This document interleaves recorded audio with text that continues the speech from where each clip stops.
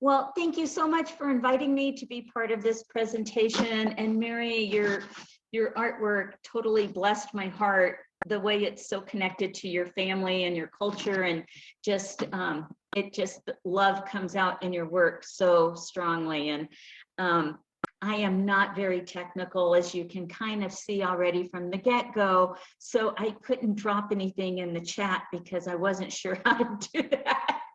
But I'm going to try to go through these slides. So I do live in Southern Colorado, and here's a picture of this mountain that's right behind my house. And this is called Silver Mountain.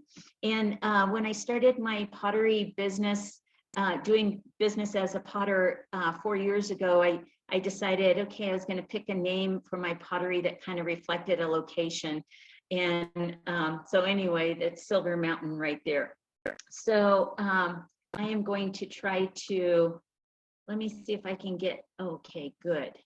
All right, I had to move that. Okay, so you guys, I have to start my talk, and I can see my sister's on this with me listening, and so hi, sister. But she knows this person, and I can't do this talk about being involved with pottery without recognizing this wonderful teacher that I had when I was in high school. I met this woman, her name was Patricia Leader. She studied at Alfred University. She was a ceramic teacher, a mother, and she taught adult education. And I came to know her in my high school years while taking summer school classes.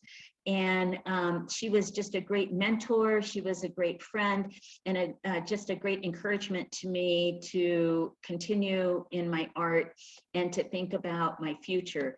And it was really because of her. And of course, I have to also shout out to my parents who loved and supported me to, like agree for me to go to college and help me with college financially. But Mrs. Leader was the one that, when I was a senior in high school, she was the one that said, okay, you need to get some applications out to college. And nobody had really gone to college in our family. That's not totally true, but not gone away to college. And I wasn't sure, like I wasn't even thinking along those lines. And she was the one that kind of set out all these applications and got me headed, into college, and ultimately ending up with an art education degree. So yeah, shout out to teachers, because I just know firsthand of the impact that teachers make on a student's life, because this lady really, her influence just changed the entire trajectory of where I was headed, in as far as helping me see a future.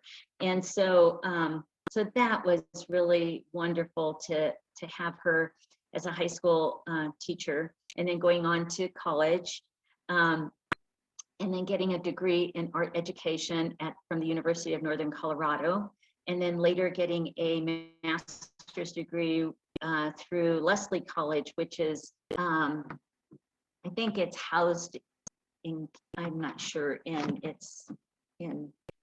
now I totally went Boston, maybe, I'm not sure.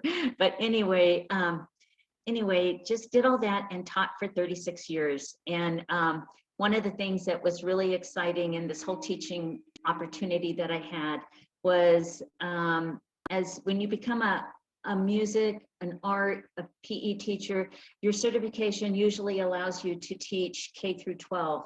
And what was really, I think, one of the most beautiful gifts I had in my teaching career was not only all the chances to work with students at all different grade levels, but I taught like 26 years at middle school, and then 3 years with the little guys in elementary. And then the last 10 years was at a high school teaching ceramics and sculpture. And so I just saw my entire ceramic career kind of go for full circle. It's like it was in high school where I fell in love with ceramics, and then it was in high school that I got to finish off my career and loved every single minute of teaching. And so I was so grateful for that. So now I'm making art, and now I'm doing art, and wanted to show you some of the influences that have directed my art. we ended up moving to a small ranch in southern Colorado. And this ranch, it was just such a culture shock when I moved out here, because not only had I retired from teaching, but I was living in a pretty isolated area. And I remember going on these walks and there were cactus everywhere, just lots and lots of cactus. And I remember praying, oh my gosh, I need some inspiration. I need some, what am I going to do out here? And, and I was very fortunate enough to buy a wheel and a kiln before I retired, and brought those two pieces with me to this ranch. And, but I kept seeing all of these cactus, which really influenced me into making some forms that I'm going to show you. These are called barrel cactus, by the way, and they bloom and they're really beautiful. But oh, this is not a cactus. This is me, and I actually discovered a golf ball one day on a walk. But you can kind of see the landscape. It's kind of, there's mountains up here, but it's it's like New Mexico area. So some more cactus.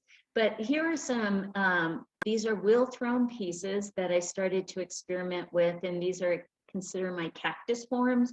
And so these are wheel thrown, and these actually came into two parts. I could open them up, and I wasn't necessarily trying to make a container, but I was trying to make large pieces. And then only way I could get large pieces, because my kiln would only go up to 18 inches tall, the one that I had at the time, was to do it in two sections. And so then I could kind of stack them, and I really enjoyed doing these. And so these are my inspiration from the cactus that I would see around where I live. And they just kind of guided me into a whole series of work that I would try to embellish the top with different kinds of hand-built forms to indicate some kind of blooming, kind of a sense of things that were in bloom. And then the slip trailing, which is kind of like the stickery part of the cactus, where it was done with, it's really kind of watered down clay that's kind of whipped up into like a consistency of like Cool Whip sort of, and you kind of pipe it on. So that's how I kind of created the textures and the patterns of the sticker parts of these. And so this is a kiln shot of these guys in the kiln. And every time I put something in the kiln at the beginning, when I started doing this, it's like you open the kiln and you hope like there's no explosions or whatnot. And it was always really fun when things turned out really well. So making pottery is definitely a learning curve, and I think I could spend my entire lifetime trying to, I'll spend my whole lifetime learning about ceramics and trying to improve and experiment. But yeah, so this one, I guess I get so impressed with the blooms on the cactus, and I keep thinking I've got to make them bigger so that they'll show up even grander. And so, yeah, this piece almost reminds me of a headdress almost, but this has also a two-piece kind of a vase. This is completely hand-built. It was not thrown on the wheel, and these were done out of slabs. And because again, I'm trying to explore. I had a professor in college, and I remember Dr. Shoemaker would always say, repetition with variation, always try to experiment and see how far can you take an idea, or what can you do with a design. And so I have a whole bunch of ideas in my mind of slab work that I want to do with these images, or with this idea of cactus forms. Kind of a close-up. And like you, Mary, I do a lot of sketching before I start making work. And out on this ranch, we have every kind of weed that probably exists on the planet. And this is a really beautiful weed that is awful if you get it stuck in your pants. or your socks, but it's a really beautiful weed for design. And this also is like a sgraffito technique where you carve into, you put kind of a black dye down and then you carve away from your clay. And then the cup on the left is a mishima technique where you inlay the underglaze and then kind of scrape off, and it reveals the design that you've inlaid the design with. So yeah, I am in constant pursuit of decoration and how to finish pieces. That's been something that I really, really want to improve on and explore. So here's another one of the cactus pieces. This one is kind of shows a process of how these are made, and you can see that these are clearly rounded forms. These are all thrown on the wheel, and even these little small cactus bulbs are thrown on the wheel and then attached individually. And so they're attached. And then here it shows the slip trailing on them, and then, you know, decorated in that way with the slip trailing. And here's some other pieces. I have several of these large cactus forms that my goal is to, I signed up to have my first time having a one-woman show. I'm going to be showing these in Manitou Springs next year. So I have I'm excited to do that, to get them done, or to get them out in the world. So that's another close-up of another one. And so as I have explored with these cactus forms, I decided, okay, these would make really interesting lamps. If I took the idea of using, instead of just doing slip trailing, I'm going to go ahead and I'm going to pierce the outside of it and create some, you know, patterns and techniques, or patterns mainly, and variate the holes in this so that I can create a lamp-like forms. And so again, this shows the lamps in process. All of these small little pieces are wheel thrown and then attached to them. Oh, there's my inspiration. Again, more cactus. And here it is with the holes that have been pierced out, and then some slip trailing going through them.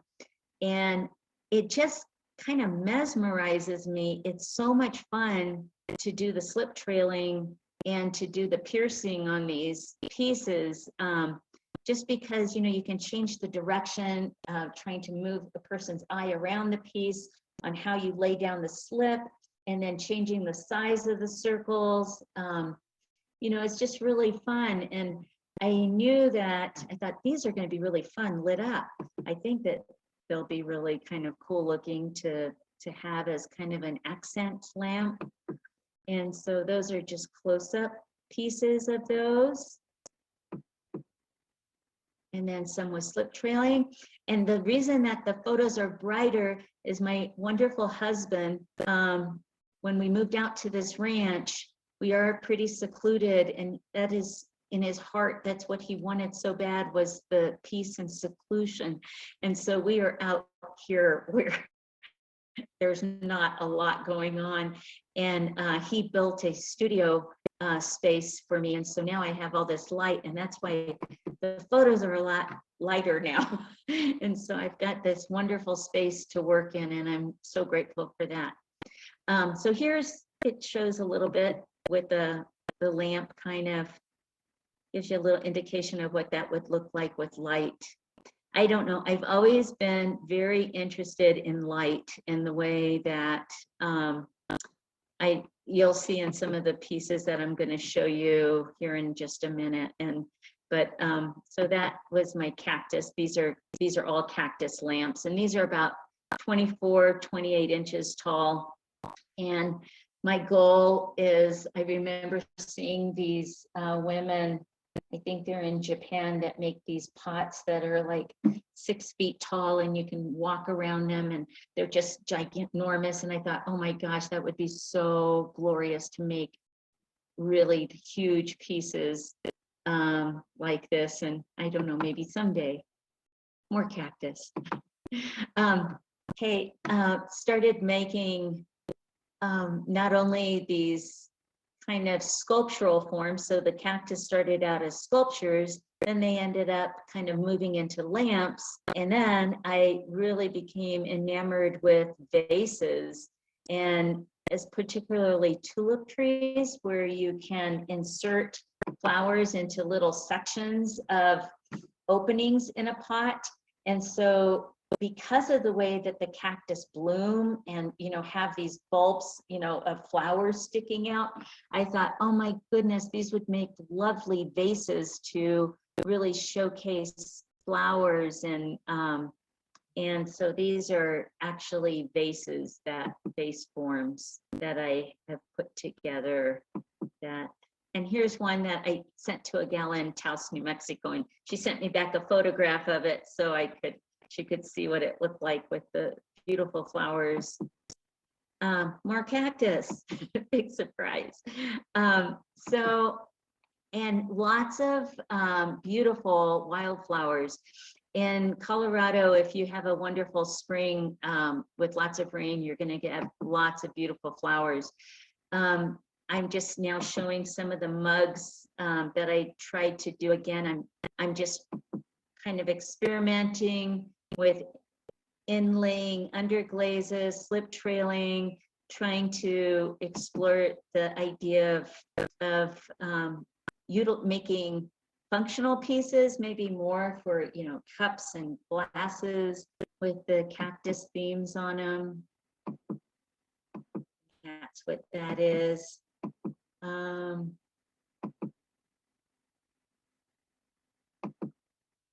That's more of our landscape, so you kind of have an idea. There's we had a huge fire that came through a year after we bought our ranch, that came all the way up to our house, and it did not burn our house down, but it burnt all of our trees and all of our you know, it just built a lot or burnt a lot of things. But anyway, here's some more. Okay, we're going to be done with the cactus things, and wanted to show you guys out at this ranch. We have a lot of wildlife, and these are Rocky Mountain sheep. And this is like the state animal that we have. So we have sheep, and we have bear, and we have mountain lion, and we have deer. And you can just be driving, and here they are right there. That's our traffic jam sometimes, is having these animals. But with those animals and things, I started making, I came across, as an art teacher, Mary, you will resonate with this thing. Whenever anybody says, hey, do you want this? It's free. I have a bunch of these molds that I can give you, or I have a bunch of this. And of course, we're always like, boy, if you get 30 of anything, it's an art project, right? So I was given these little molds that this lady was going to throw away. And I thought, oh, I could use those somehow. And I started making these candlestick holders, and I used the molds as press molds. And it's normally in ceramics, you can pour these molds with liquid slip, and then they come out three-dimensional. What I was doing is I was pressing clay into the molds and then pulling them out. And so you'll see these little deer and these pieces of fruit and stuff. And I was embellishing these candlestick holders with all of these different images that are around the ranch that I felt influenced by the things that kind of are around me, birds and things like that. And I have always been a person that loves to stack things. And my sister, again, she's on here probably going, I just like, I don't know what it is about the stacking, and I love that. But anyway, so I would just stack these forms on top of each other, and then, you know, embellish them with lots of different textures. And then always we're in search of glazes that would enhance all of these different types of images that are on here so that they could be shown. These are mule deer. little Colorado education. This is probably sometime in the winter. That's Silver Mountain, and it looks a lot different than before, but yeah. Here's some more candlesticks that these are also wheel thrown pieces. So the bottom half of that is like what you throw is a hollowed out donut form. And then those are cut in half. I cut them in half, and then I throw the little piece that's going to be holding on to the candle. And then again, these are embellished with some of the images of the wildlife and different vegetation.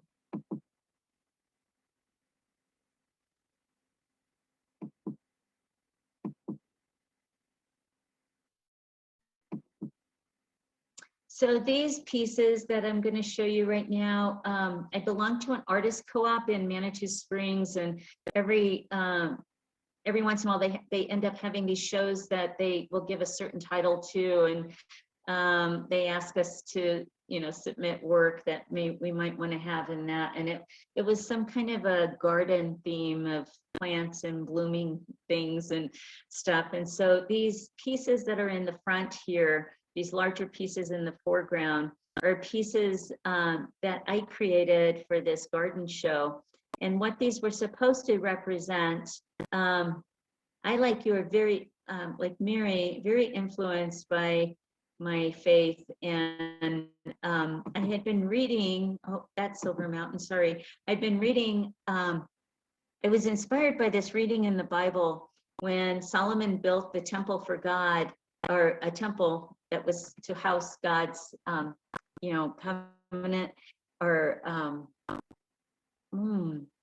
thinking of the word here, but okay, totally, it will come to me. But he created the temple, and there were these candlestick holders that were designed, that were like 7 feet tall, and they were supposed to have almond flowers at the top and leaves coming down, trailing down on them. And they just sounded so beautiful.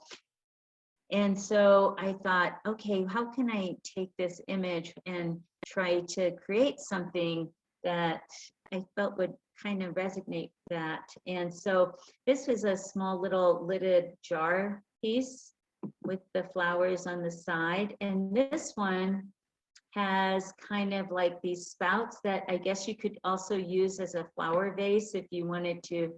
You could insert flowers into these spigots, but the almond flowers are, again, kind of sculpted on the edges. This is another lidded jar from that series.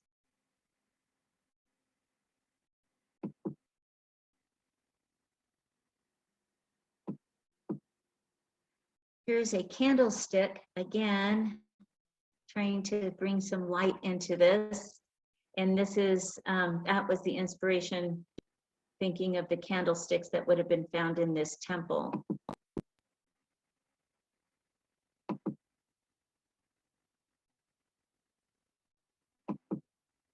And this one is also a candlestick, and it holds 10 candles on it. And I was trying to find, I think this is the closest photograph I have to this. Technically, this one was really tricky to make just because of the functionality of having the candles and making sure that after the firing that the candles all stood straight up and down because clay can twist in the firing. So that's always kind of tricky. Oh, good. That's a close-up of that. And so, yeah, this was inspired from David's temple. So here is another tulip tree, and this is a 2-part vase that you can actually take the top off and set it down if you wanted to, and have 2 vases, and then flowers could be inserted into all of these openings.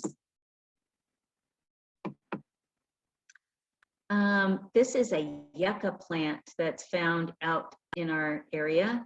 We have a lot of yucca, and this plant is so beautiful when it blooms in the spring. And again, this was my inspiration for this imagery that on this picture that I made.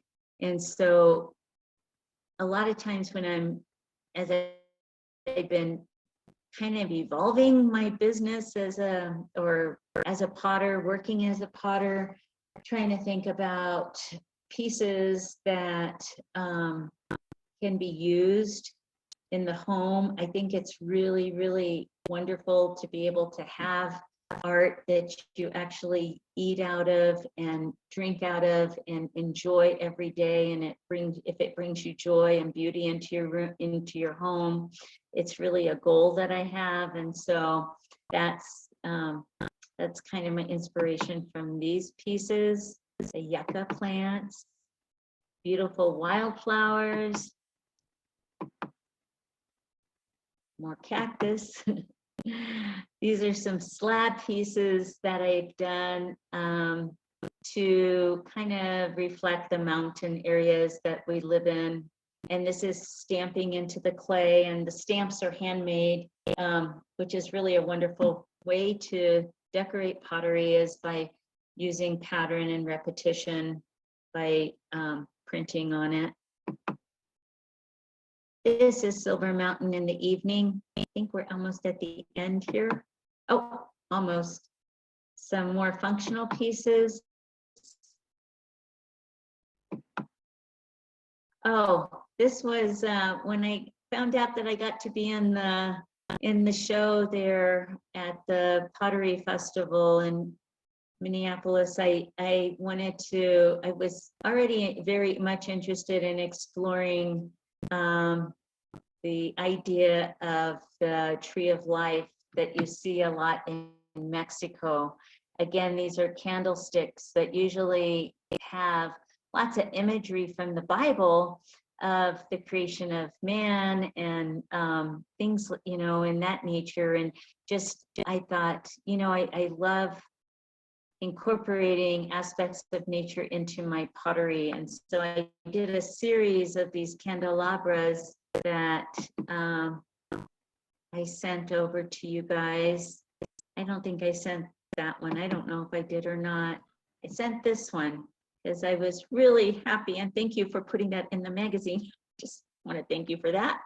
And here's kind of a photograph of these pieces that I made, and a close-up of the animals and frogs.